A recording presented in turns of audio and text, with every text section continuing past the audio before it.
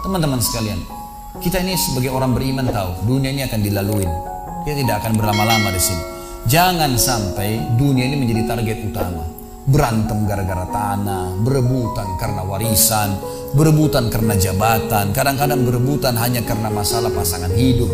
Untuk apa? Dunia ini mungkin di mata antum kelihatan besar kalau dekat. Misal, kalau ada orang punya berlian, besarnya seperti bola pingpong, kaya nggak? Kalau dia punya berlian seperti bola basket, kaya nggak? Coba taruh berlian yang seperti bola basket itu di tanah, terus antum naik pesawat ke atas, makin jauh, kelihatan nggak? Orang yang perebutkan tanah 1000 kali 1000 meter, 1 hektar, berapa hektar, tumpah-tumpahan darah. Padahal kalau dia naik pesawat hilang semua tuh. Mobil mewah, bangga-banggaan dengan mereknya. Kalau kita naik pesawat kayak gentong-gentong lagi jalan. Cuma hiasan dunia. Apa yang mau dikejar? Seorang mukmin tahu dunia hanya fasilitas saja untuk mengejar akhirat. Akhirat yang abadi, teman-teman. Akhirat yang abadi, kejar di sana. Walad darul akhiratu lahiyal hayawan, kata Allah. Darul akhirah, tempat akhirat adalah kehidupan yang abadi. Di akhirat, kata Nabi SAW, kalau seorang mukmin masuk ke dalam surga, tidak ada capek, tidak ada capek, nggak ada gangguan orang, nggak ada sedih, nggak ada penyakit, nggak ada buang air besar, nggak ada buang air kecil. Makanan dan minuman yang dimakan ahli surga yang tidak dibutuhkan oleh tubuhnya akan keluar dalam bentuk keringat yang lebih wangi dari bau kasturi. Nggak ada lagi masa tua, nggak ada masa anak-anak. Semuanya berumur 33 tahun. Dan semua laki-laki akan kembali kepada poster ayahnya Adam 60 siku ke langit 27,5 meter. Dan semua perempuan kembali kepada poster ibunya Hawa 40 siku ke langit 17,5 meter. Gak lebih ya daripada itu, dan gak pendek gak tinggi. Jadi teman-teman yang pendek gak usah khawatir. Ini cuma dunia. Sampai orang beriman pun tahu kalau ada orang lahir dalam kondisi fisiknya luar biasa, matanya buta, telinganya tuli, tangannya, kakinya semua putus, gitu kan? Itu tetap bagi orang beriman punya nilai, karena itu cuma dunia. Begitu dia meninggal, jasadnya akan dimakan oleh tanah, sebagaimana sabda Nabi SAW, semua jasad kalian akan dimakan oleh tanah kecuali tulang ekor kalian yang darinya Allah akan tumbuhkan kalian. Di akhirat ditumbuhkan jasad yang baru, itu yang akan hidup bersama kita di surga atau di neraka, gitu kan? Jadi ini cuma dunia sebentar. Untuk apa dikejar, teman-teman sekalian? Ingat, Nabi SAW pernah keluar dalam hadis Bukhari dari masjid beliau, kemudian beliau menggambar kotak, lalu beliau mengatakan, inilah kotak kehidupan manusia. Seperti meja ini misalnya, inilah kotak kehidupan manusia. Lalu Nabi SAW menggaris dari luar kotak, di bawah kaki beliau, digaris, dilewatin kotak ini sampai melewati kotak tengah, di depan, panjang. Lalu kata Nabi SAW, ini angan-angan manusia. Ini angan-angannya. Angan-angannya melampaui kehidupannya. Lebih 500 tahun ke depan, padahal umurnya cuma 60-70. Lalu Nabi SAW menarik dengan tongkatnya dengan keras dari sisi kanan garis kotak, digaris dengan keras sampai terbongkar tanah itu, digaris dan memutus garis tengah itu. Lalu beliau mengatakan, dan ini kematian yang akan datang memutus angan-angannya. Di Jakarta kemarin teman-teman sekali, ini bukan nakut-nakutin, tapi di Jakarta kemarin begitu. Ada orang keluar dari mall, kisah nyata, bawa kresek banyak sekali, habis belanja buat keluarganya. Mobilnya Masya Allah mewah luar biasa, super lux, paling mahal. Parkir, begitu melihat tukang parkir, tukang parkirnya sangat senang nih, karena ini orang kaya, pasti kasih tip yang banyak gitu.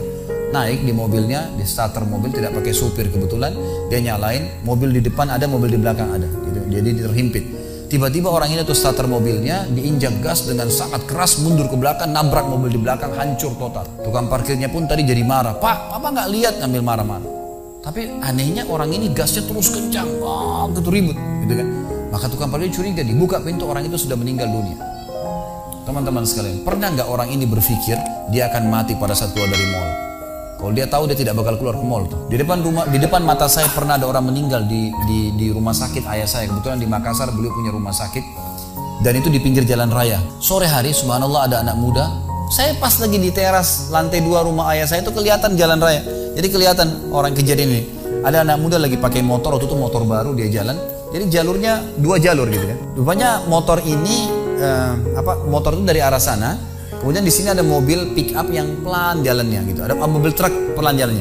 Di belakang ini rupanya ada mobil truk pelan, di belakangnya ada mobil pick up ini mungkin karena terganggu, dia bukan ngelewatin dari kiri, dia keluar ke jalur sebelah. Keluar, motor yang tadi lagi kencang, dia tidak sangka tabrak, meninggal di tempat, jatuh tergeletak, motornya dibawa, dicek di rumah sakit ayah saya di klinik, ternyata sudah meninggal dunia. Saya lihat orang itu subhanallah tergeletak, Ada beberapa produk yang dia bawa di motornya. Lalu saya bertanya, saya mau muhasabah sendiri. Orang ini pernah berpikir nggak ya untuk keluar rumah tadi akan dia tabrakan, dia akan jatuh? Saya yakin tidak. Kalau dia berpikir dia tidak akan keluar dari rumahnya. Tapi begitulah ajal kalau datang teman-teman sekalian. Kalau datang tidak akan terlambat sesaat atau berkurang sesaat. Harus pahamin, gitu kan? Jadi jangan sampai kita berlebihan. Saya tanya teman-teman, Anda jujur jawab. Kalau seandainya Anda ke dokter, lalu kemudian dokter mengatakan, maaf Pak, Bu, umurnya tinggal 2 minggu menurut ilmu medis. Ini ada penyakit parah, tinggal 2 minggu. Dokter nggak bisa obatin lagi. Kira-kira orang yang seperti ini sudah divonis sama dokter akan mati 2 minggu lagi. Nggak ada lagi, sudah kankernya, sudah tumor, segala macam di tubuhnya, sudah segala macam penyakit. Nggak bisa lagi hidup orang ini. Kemudian ada orang datang, temannya bilang, itu si Fulan, ceritain kamu, kira-kira dia masih mau ribut berkelahi? Itu orang tuh mau mengambil hakmu, masih mau mengebut lagi? Sudah semua? Enggak, sudah, nggak mau tahu. Ini 2 minggu lagi mati. Semestinya teman-teman tidak usah tunggu vonis dokter. Siapa yang bisa jamin sekarang di masjid ini teman-teman ada dari tembok ini tiba-tiba malaikat maut, saya lihat antum tidak lihat, orang roh saya tinggal dikenang, Khalid Basalamah pernah ceramah, selesai. Dan Anda juga bisa begitu setiap saat. Bagaimana orang bisa tenang nih dalam kemaksiatan kepada Allah sementara setiap saat malaikat maut bisa datang jemput dia dan ada hisab semuanya. Ini bahaya sekali. Saya pernah mengadakan pelatihan teman-teman sekalian di masjid yang besar. Saya bicara masalah kematian selama 2 jam materi lengkap. Kemudian setelah itu saya bilang sama panitia tolong supaya lebih hidup suasananya, siapkan kebutuhan jenazah, meja, kain kafan sama menyan-menyannya semua. Kemudian di sebelah masjid buatin liang lahat. Baik Ustaz, dibuatlah. Selesai saya ceramah 2 jam, saya bilang, Bapak Ibu sekalian, saya mau ajak Anda 5 menit coba menjadi jenazah. Ada yang mau? Sempat ada yang angkat tangan depan saya. Kebetulan ini teman kita ini, saudara kita tukang batu. Adiknya dia kembar anak SMA sering ikut pengajian saya gitu. Dia hadir juga. Dia bilang, saya Ustaz. Baik, silakan. Pak, saya minta tolong satu hal ya. Kalau Bapak naik nanti di atas meja ini, dibungkus dengan kain kafan oleh panitia, tutup mata Anda dan bayangkan Anda sudah mati dan dengarkan apa yang saya ucap. Baik Ustaz, baik. Saya juga bilang sama panitia di atas masjid waktu itu, ibu-ibu, silakan kalau ibu mau coba, panitia tolong bantu. Saya sudah pandu waktu sebelum pengajian. Ringkasnya adalah dia naik. Subhanallah, begitu dia naik, Bapak Ibu sekalian, orang ini naik di atas meja, begitu tutup matanya dan ditempelin kain kafan di pipinya. Ini kain kafan asli kita beli. Ditempel di pipinya, langsung dia nangis dia, terisak-isak. Lalu kemudian panitia taruh tangannya di dadanya, harus dibungkus gitu kan. Lalu saya bilang, Pak, coba renungin sekarang Anda sudah mati dan hiruk-pikuk di masjid ini ada orang nangis. Kebetulan adiknya dia yang kembar ini murid saya duduk di sebelah kiri kanannya dan membayangkan benar kakaknya meninggal. Mereka betul-betul menangis gitu. Ada jemaah-jemaah juga yang lain pada nangis. Saya bilang hiruk-pikuk masjid ini yang sedang menangis, ada yang sedang ngobrol. Ini anggap di rumah Anda pada saat Anda meninggal dunia. Dan Anda tidak bisa protes. Gak bisa bilang saya tidak mau, jangan ribut, gak bisa lagi. Panitia pun menaruh tangan kanan di atas tangan kiri, kita gak bisa protes taruh di dada. Dibungkus dengan kain kafan pun gak bisa. Baik, Pak, bayangkan semua peluang amal saleh yang semestinya Anda bisa kerjakan, sholat malam, sedekah bakti dengan orang tua, baca Quran, sholat berjamaah, yang Anda sia-siakan dan Anda menyesal kenapa tidak kerjakan sekarang. Dan bayangkan semua peluang dosa yang Anda tidak sia-siakan, kesempatan zina berzina, kesempatan dusta-dusta, kesempatan riba-riba, semua dikerjakan, dan Anda tidak sempat taubat dan Allah akan hukum Anda sekarang. Itu Bapak Ibu sekalian, saya tidak kadang-kadang dia sampai nangis Bapak ini, terus dia nangis. Lalu saya bilang, tolong panitia datangkan geranda jenazah, didatangkan. Baik Pak, sebentar lagi kami akan angkat badan Anda di geranda ini dan kami akan bawa Anda ke liang lahat sebelah masjid. Diangkatlah dia. Saya bilang, Pak, renungin, resapi tubuh Anda kesentuh dengan geranda ini. Ditutuplah lalu dipikul. Lalu saya pandu pakai mic, saya bilang, Pak, inilah detik-detik terakhir Anda bersama kami. Terus sesalin perbuatan-perbuatan dosa yang Anda pernah lakukan, peluang-peluang ibadah yang Anda sia-siakan. Sampai tiba di luar masjid, saya turun ke liang lahat, saya buatin sendiri tanah. Kemudian saya buatin kuburan, lalu diturunkan dia. Setelah diturunkan, saya suruh tutup matanya, kemudian ditutup dengan kain. Saya keluar, lalu saya pakai mic, saya bilang, Pak, buka matanya. Inilah rumah Anda sekarang.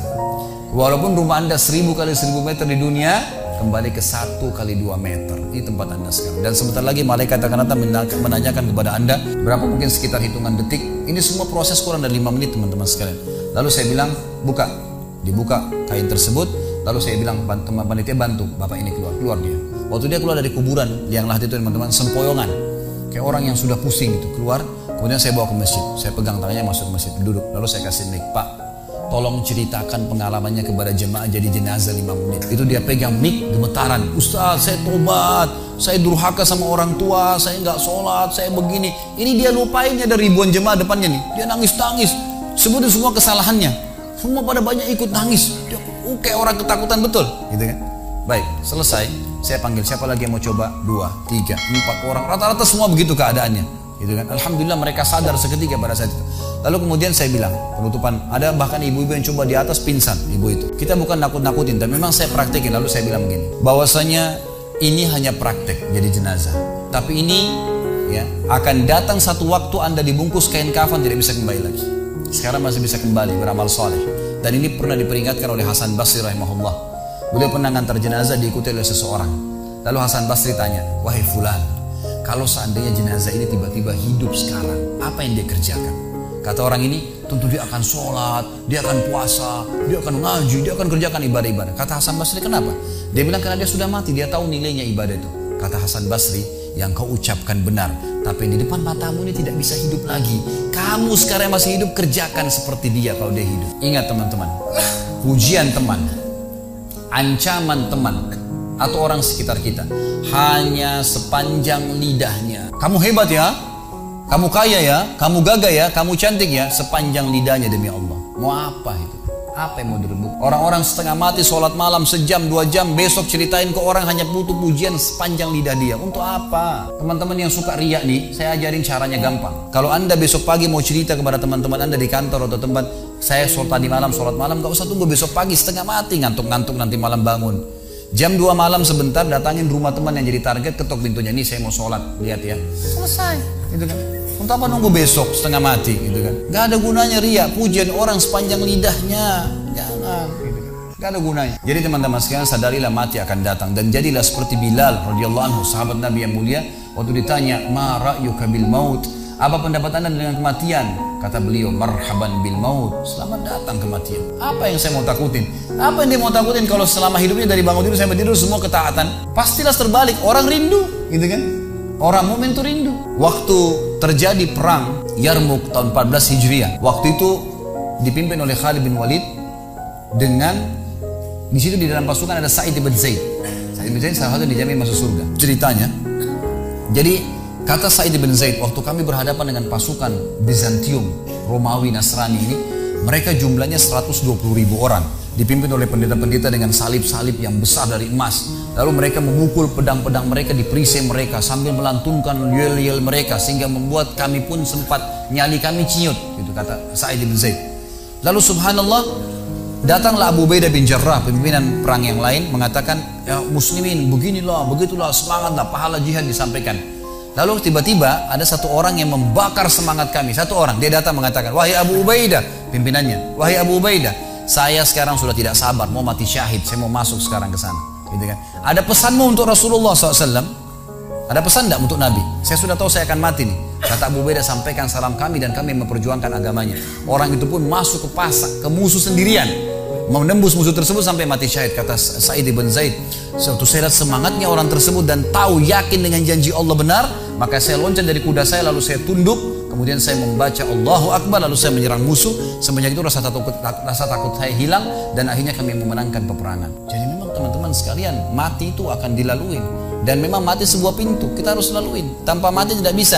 Tapi orang beriman tahu, mati itu justru kebahagiaan buat dia.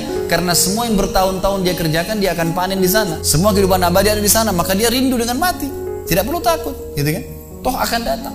Jadi harusnya difahami masalah-masalah seperti ini.